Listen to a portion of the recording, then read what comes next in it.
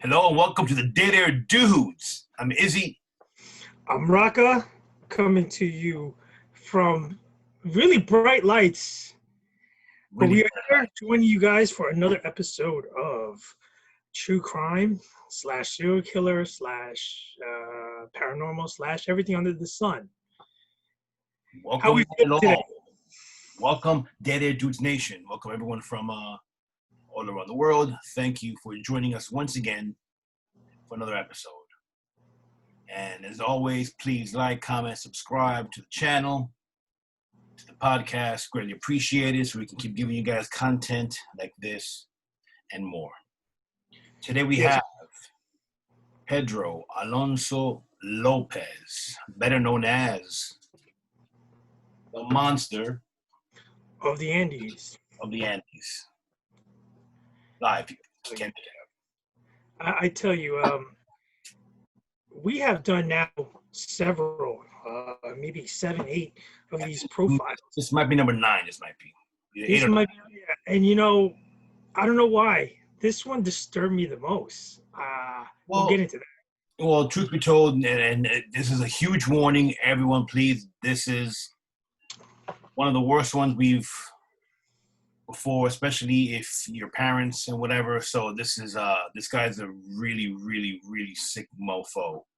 So warning the language and descriptions and all that stuff. So be advised. You know what you guys are getting into. So with that, I guess let's get into it. All right. The monster of the Andes.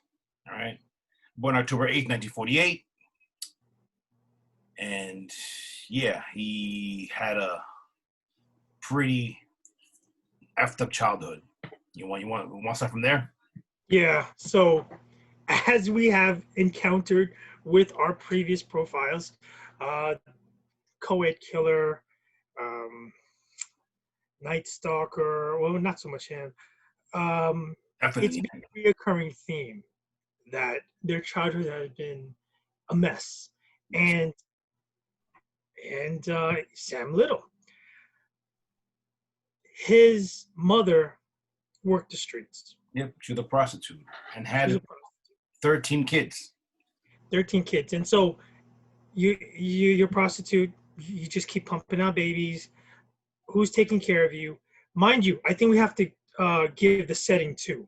This is late 40s South America, Mm-hmm. and in particular Colombia. There's civil unrest like you would not believe. And I have to say, for most of us, we're all Americans. We're born and raised in America. Uh, Even we're immigrants, we're still born and raised in America.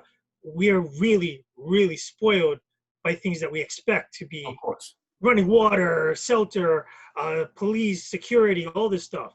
Not the case. This was a horrible situation in the terms of a country divided, economic unrest, post World War II, and we're talking about poverty levels U.S. has not seen.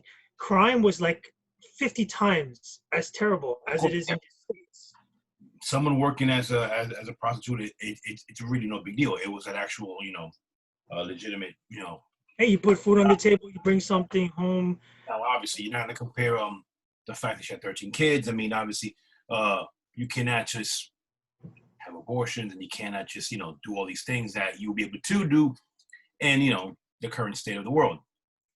So It does not excuse the fact that at the tender age of 8 years old. Now, obviously, 8 years old.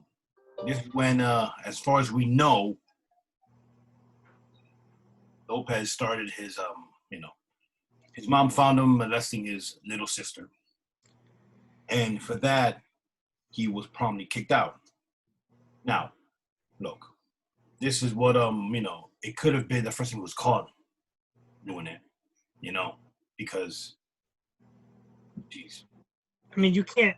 You don't just graduate to that. It's something that has been going on. All right, so here's a segment that we speculate. Right. 13 kids, prostitute. Mm-hmm. You may not always work at the brothel. Maybe you have side jobs. Maybe they come to the house. Maybe with 13 kids and it's not a big house, you have to assume they're all living in the same room, whatever. Mom's got to work. And so maybe the kids see things they shouldn't see, have no idea how to gauge and how to process. This is right, it's mature, it's for adults, it's for kids, we're all doing it. I cannot, I'm not validating, I'm not making any kind of validation Of for course. it. But as a child, you see it. If you're not told about it and you're instructed about it and given perspective on it, Yep. you don't know what it is. And so you end up, it's the truth. You do as you see or you're taught or you're heard. And that's children. They don't, you don't initially go out there and do things like that. This is not defending him at all. No. Even at the tender age of 8, I mean, there's right and wrong. And that is something so over the top. And the fact that he got kicked out for it is just something that it seems it was an ongoing thing. Yeah. So kicked out. And you know what? I'm gonna get rid of one because I can't have this. Or whatever. Or again, whenever you get kicked out and take it from there, because this is where it all starts at home, but then this is where things take a drastic turn for creating a monster. He gets kicked out, so he's picked up by a man who then takes him, depending on the stories, into an empty house, an abandoned house, and sodomizes him repeatedly. Okay? So starts getting abused at that point. So mind you, at 8 years old, living on the streets, going through garbage for food, by most accounts of people, they said he was emaciated. Who knows what his mental state of mind is? Here comes a guy who offers to take care of him, take him in, give him food, give him shelter, and then he does this to him. Basically rapes the living Jesus out of an 8-year-old boy who doesn't know left, right, and center. No, I mean, promise X, Y, and Z, and that's where he was. Now, stories go back and forth that after that, he just wandered the streets. He became more withdrawn. He became very, very scared of strangers, of course. You have no one taking care of you. No one loves you.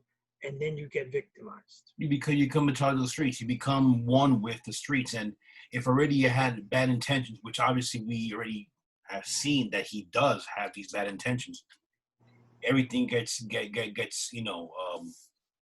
expanded and maximized even more so. So already, as you get older, you get bigger and bolder and broader thoughts, And mind you, who else takes advantage of it this time? Your imagination can go wild and speculate as to what happens to him, especially now he migrates his way towards Bogota, the capital city, where if you know anything about any major cities, shit goes down. Yep. And you're trying to survive. So God knows what you're willing to trade off and do. What he's willing to do. I mean, what you see. Steal, rape, get raped, whatever.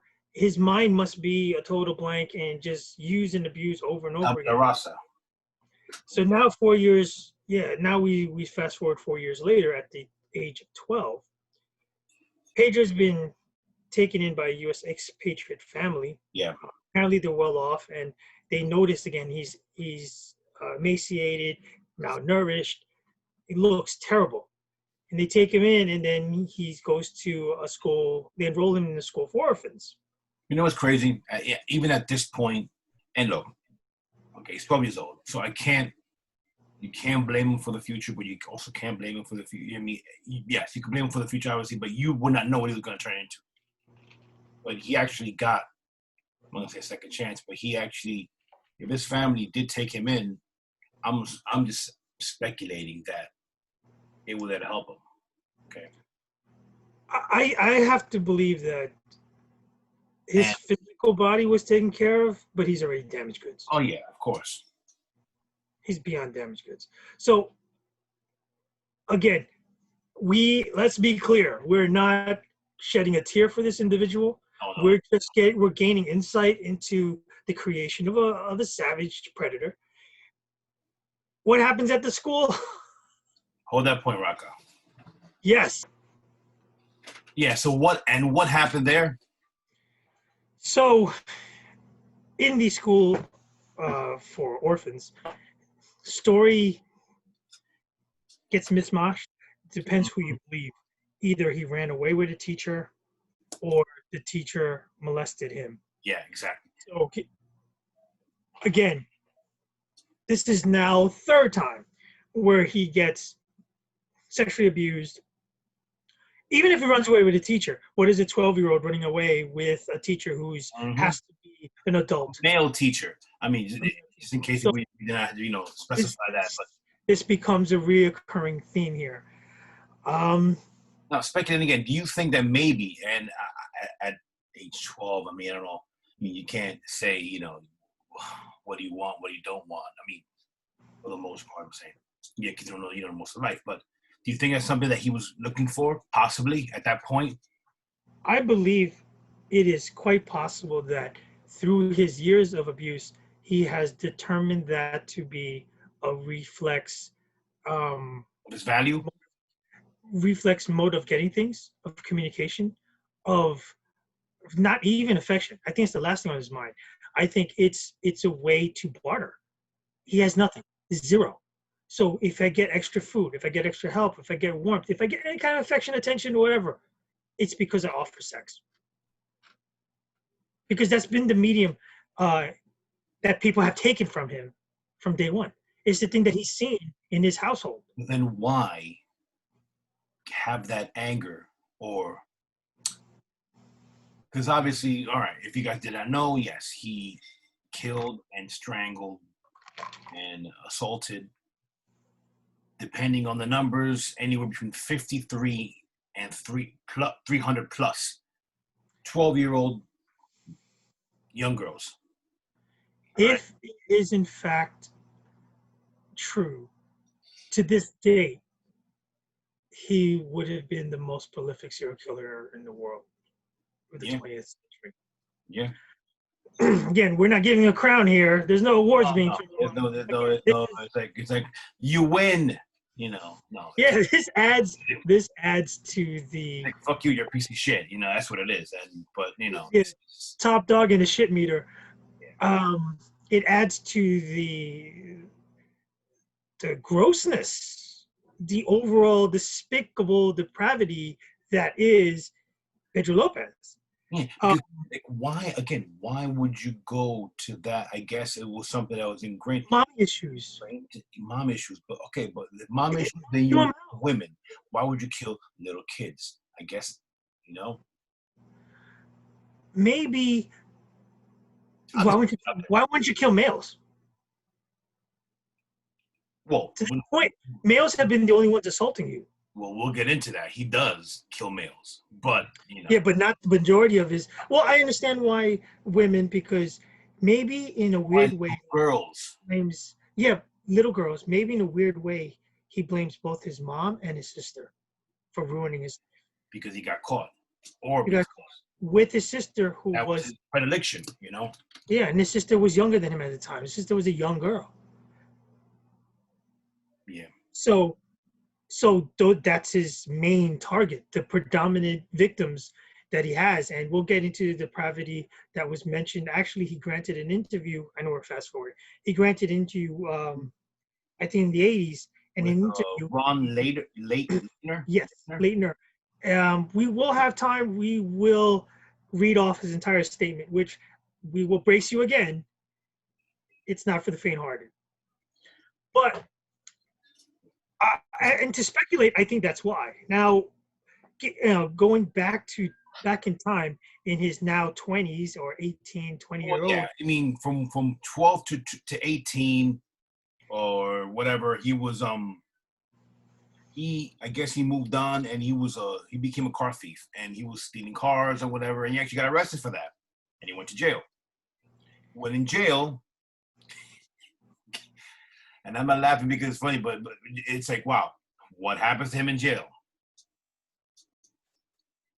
He gets brutally gang raped by male prisoners. Now,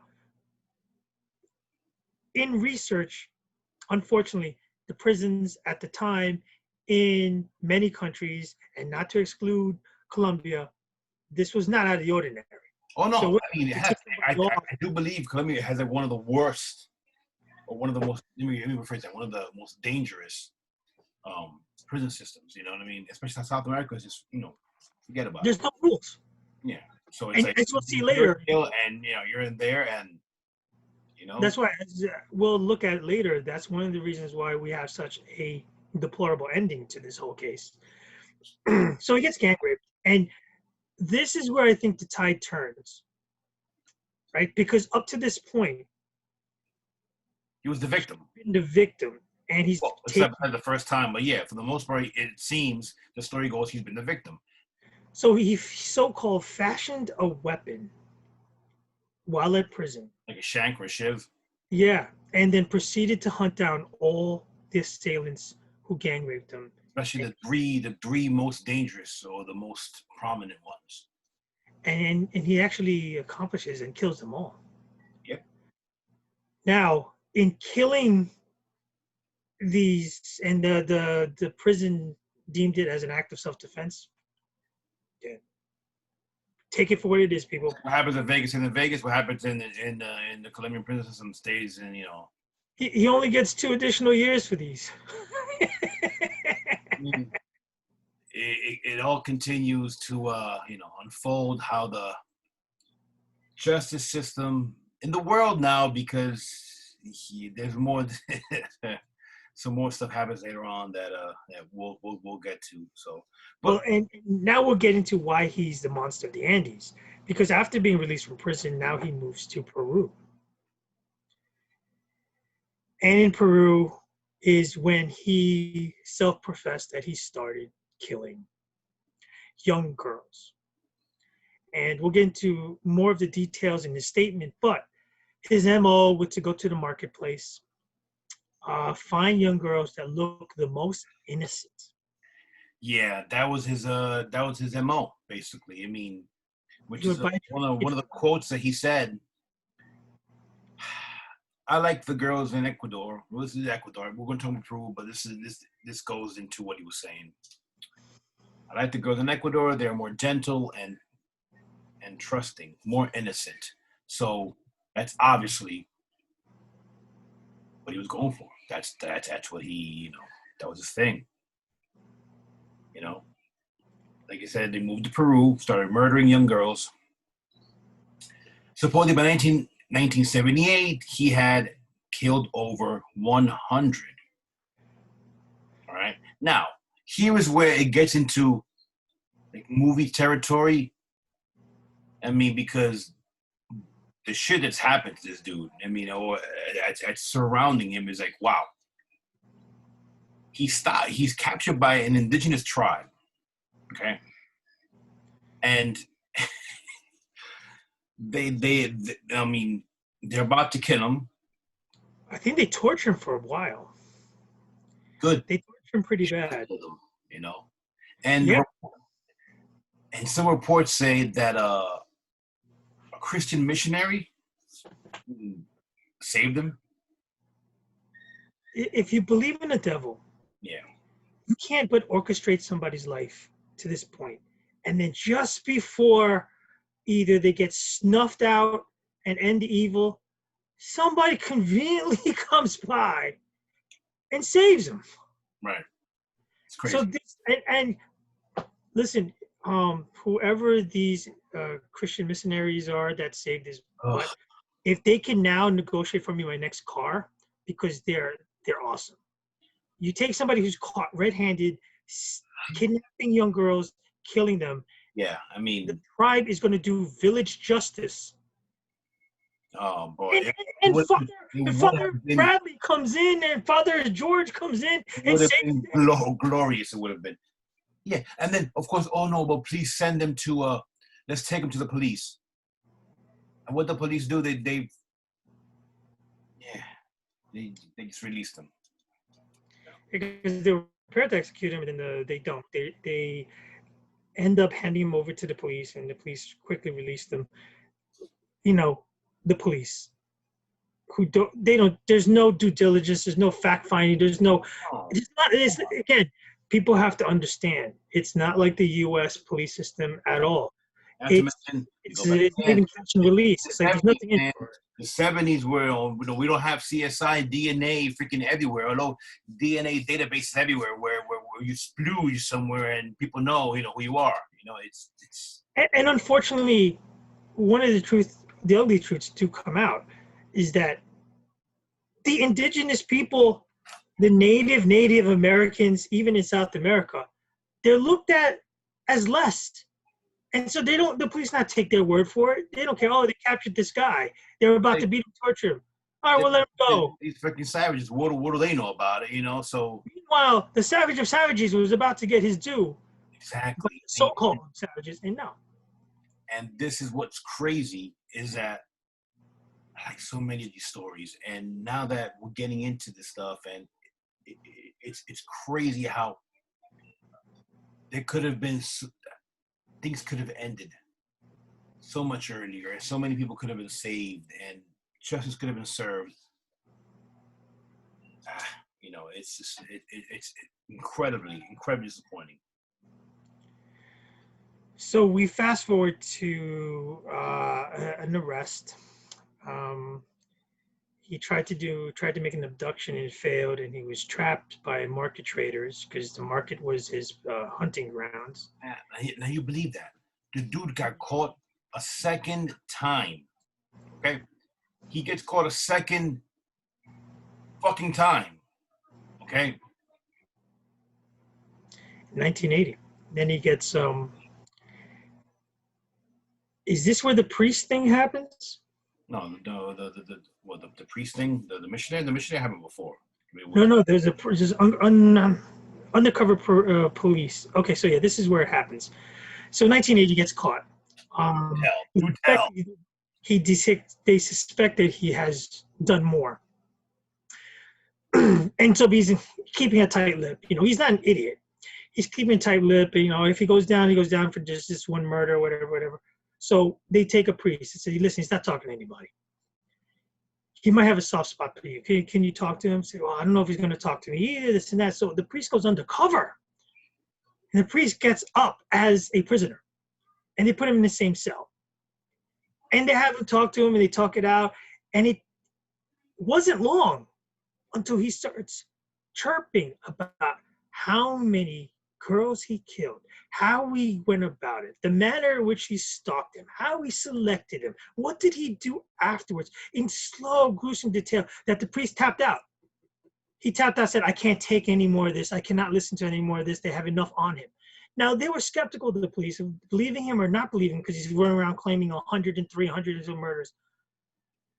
It's not until a flood happens. Yep, there's a flash flood. After he says, oh, I did, they're like, oh, this is the AP reporting this. So, the report comes through and, so now I got to believe it because the AP did it. All right. He confessed to 103.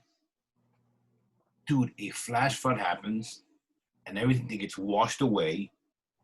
And then a shit ton of bodies come out.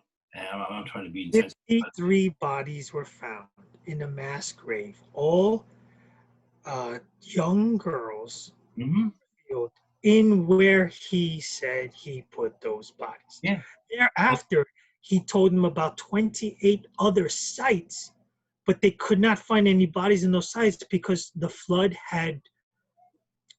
mass flood and rain had washed away any bodies. I think they found a few bones here and there, and they had thought that also maybe the wildlife and animals had already gotten to these bodies. So 53 confirmed.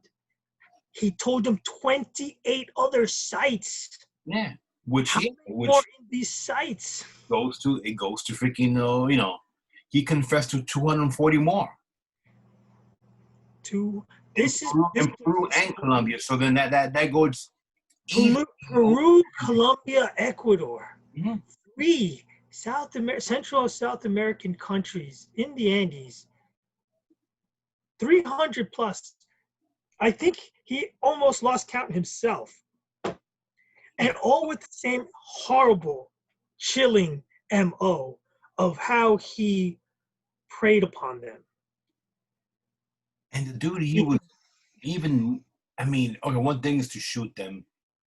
One thing is to stab, but strangle. His form of murder was strangulation. And that is so much more personal. that you can, Well, yeah, I'm going to try to bring up. that's just sick, sick, and effed up. I can't believe that and the police did not believe him until that happened. It was just, it's unbelievable. Do you But have a transcript of that interview? I'm trying to get that because there's a very chilling statement there, which again, we can't do justice with this profile unless we. I'm going to try to pull it up, but basically, he calls himself the man of the century. yes, he did say that. Yes. Okay, 1 second. You were absolutely right. That's how. He described himself as the man of the century and was being released for good behavior. Okay? He was released in 1998 for good behavior. Do you believe that? 53 murders and then released. Released for good behavior. And then, this is according to A&E biography. He was released in Freaky, and then he was, Ecuador, 1988. Rearrested again as a legal immigrant, handed over to Colombian authorities, who charged him with a 20-year-old murder. He was declared insane. Okay? Insane, which is utter bullshit, Boggles the mind. Then he held in psychiatric wing of a Bogota hospital. There you go. In 1998, he was declared sane, of course, and released on, take a wild guess how much? Only a few years. No. On bail. How much Oh, money? $50. $50. $50. $50. Okay? $50, and then he's released. Subject to certain conditions. He later absconded, and then he was rearrested again for fresh murder in 2002. But like the Zodiac, as far as we know, he is currently at large. No one knows his whereabouts as of this year. I mean, kill one and life in prison, kill mass people, life in prison, no possibility of parole, possible execution. The man's up to 300 and he's released. Something is ultra fishy there. Dude, if it only you got him for 53 murders, yet he only went down for what? For 3? Technically, I think he went down for. All right, so I found it, guys. I'm going to read from his quote. Go for it. Again, brace yourselves and understand the nature of this reading. It is not to glorify at all this monster, but this is to, if anything, reinforce the sick depravity that is Pedro Lopez. He does like killing. Let me set it up. That he confessed to his mode of killing is selecting the girls at the marketplace, buying trinkets, then bringing them far away to the edge of the marketplace and saying, I want to buy a trinket for your mother. And then take him to a secluded place, a factory, an abandoned place, whatever, do his thing, and then choke them out. He would do his thing and wait till morning because he wants to, and here we go. There is a wonderful moment, a divine moment, and I have my hands around a young girl's throat. I look into her eyes and see a certain light. A spark suddenly go out. Only those who will kill know what I mean. You know who else said that? What's on the image of that? Only those who kill Night know what I Stalker mean. said that. Yes.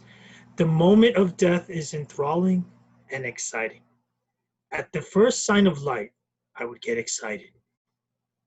I forced the girl into sex and put my hands around her throat. When the sun rose, I would strangle her. It was only good if I could see her eyes. I never killed anyone at night. It would have been wasted in the dark. It took them between 5 and 15 minutes to die. Sometimes I had to kill them all over again. They never screamed because they didn't expect anything would happen. They were innocent. So he goes on to say that he lost his innocence at age 8, and he wanted everyone to lose their innocence as well.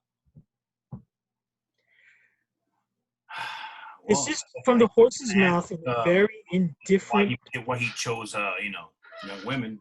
Yeah, it was a very Young girls. Young girls. What adds? I mean, as Izzy already mentioned, he's at large. He's currently should be around 72. He's still at large. He still has his freedom.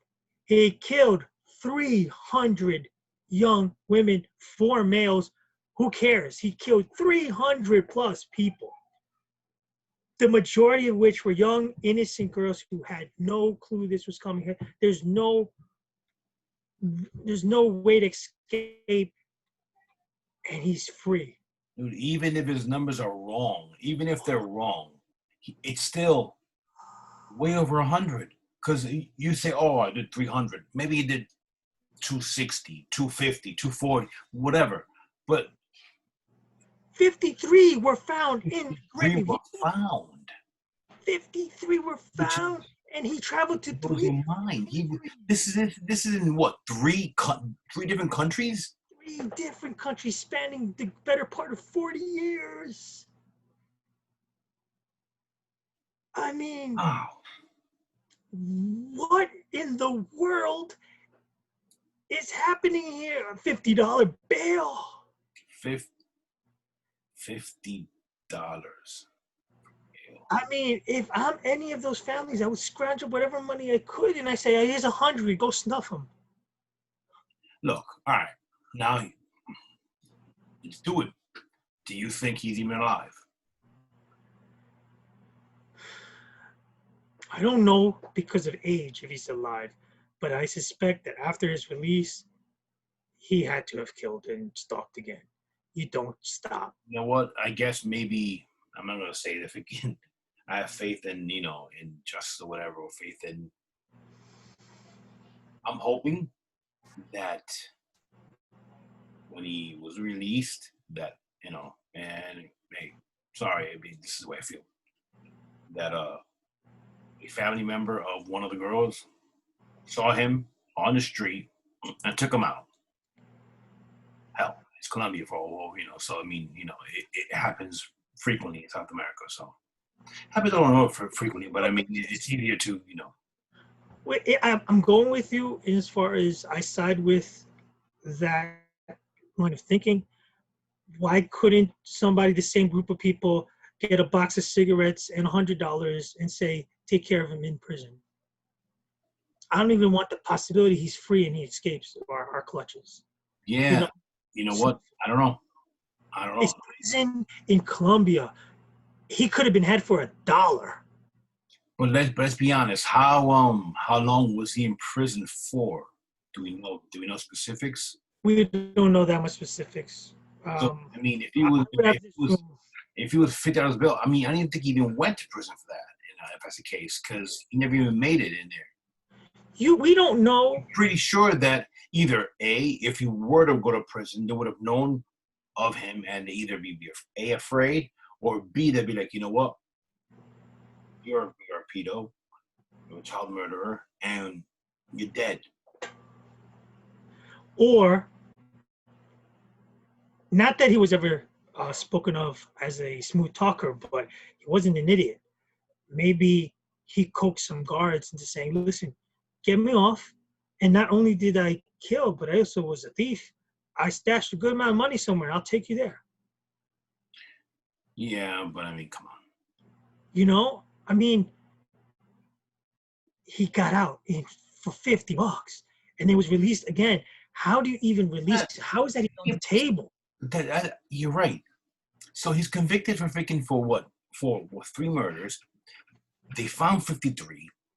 He's found guilty of murdering 110 girls in Ecuador, and yet somehow this dude still. He made bail. Free. How the fuck? How is there even bail?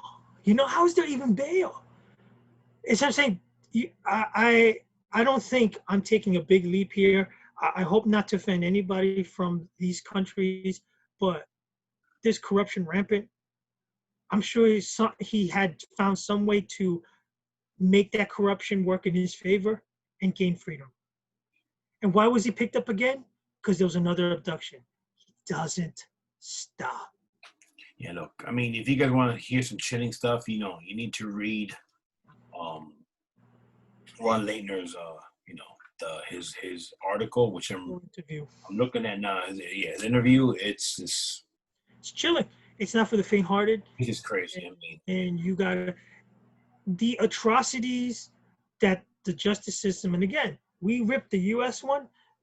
I can't rip this justice system any more than I can possibly do, or you have already. It's not even, to call it a justice system is a mockery. It's an insult to justice everywhere. And I understand. Colombia has always been in turmoil. People say it's getting a little better now, but it's always been in some kind of turmoil. That's why people leave these countries sometimes. But I mean, this is too much. How do you, if you're a prison guard with kids and daughters, how do you let this guy breathe one more breath and then release him? All right, let me just, you know what? I'm actually going to read just a couple of excerpts from, okay? Jose Rivas, commander of the Karachi police in Ecuador, said Lopez was seen in the mountains between Ecuador and Colombia. Police were carrying my photograph, meaning Ron. My photograph of Lopez are currently searching without success.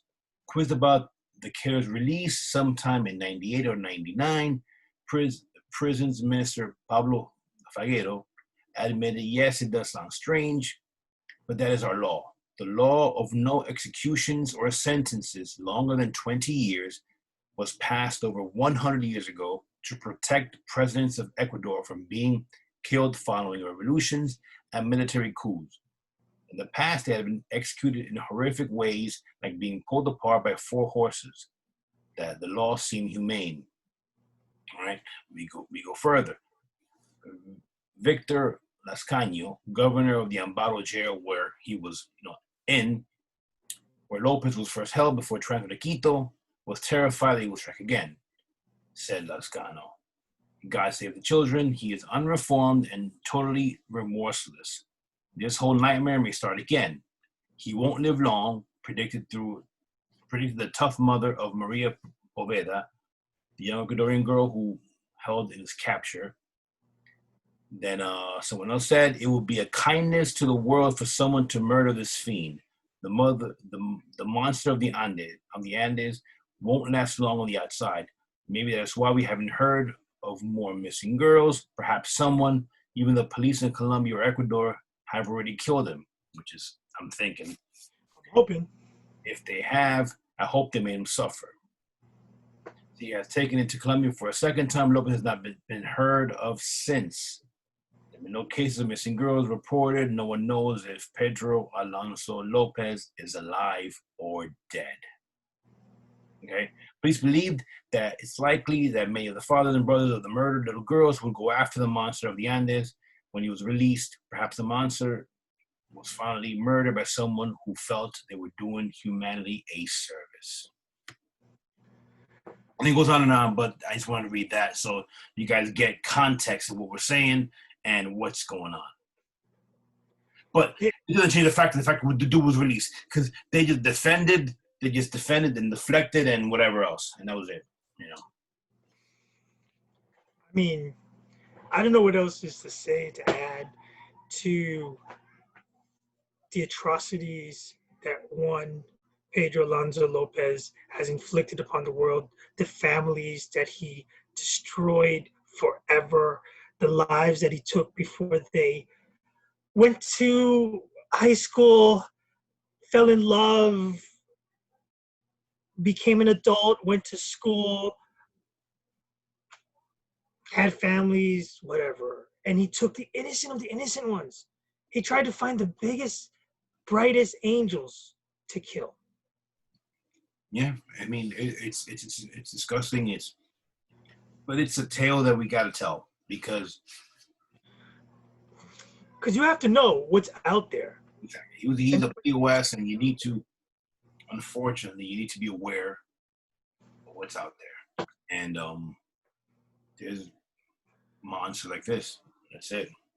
Unfortunately, given the circumstances these countries were under, there's no vetting process, there's no immigration papers, there's no ID, there's no centralized booking, fingerprinting, there's no surveillance cameras, there's no uh, even centralized police unit working together. Everything is so very loose and hearsay. It's so easy for a predator like this, and God knows how many more, to have their way. Sick, sad, and then on top of everything, you have a criminal justice system that is another joke. Yeah, but see, it's not only it's everywhere, man. It's not It's here, everywhere. only here. It's all around the world. It's everywhere. Somebody There's sinister 8 enough. or 9 of these, and they failed, man. The only one who hasn't was the Twitter killer, but that's a more recent case. So I mean, And the Twitter can't killer, compare it, you know. by large, the Twitter killer had advanced technology work against him. Yes, yeah, 100%. Because if not, I mean, he should be going on right now. He'd probably still be going on. All right, and with that, that's the story of Pedro Alonso Lopez at large. So Hopefully, again, Better Dudes Nation, thank you for tuning in, listening to our continuing true crime series. Hope you sleep well during these chilling recounts. What else can we say? Except we try to bring you a complete picture of those monsters that lurk out there. And just be warned, just because we have advanced technology today doesn't mean these individuals do not exist. Be vigilant, be aware, be safe, and save the whales. I'm Raka. I'm Izzy. Take care, everyone, and whales. Buenos.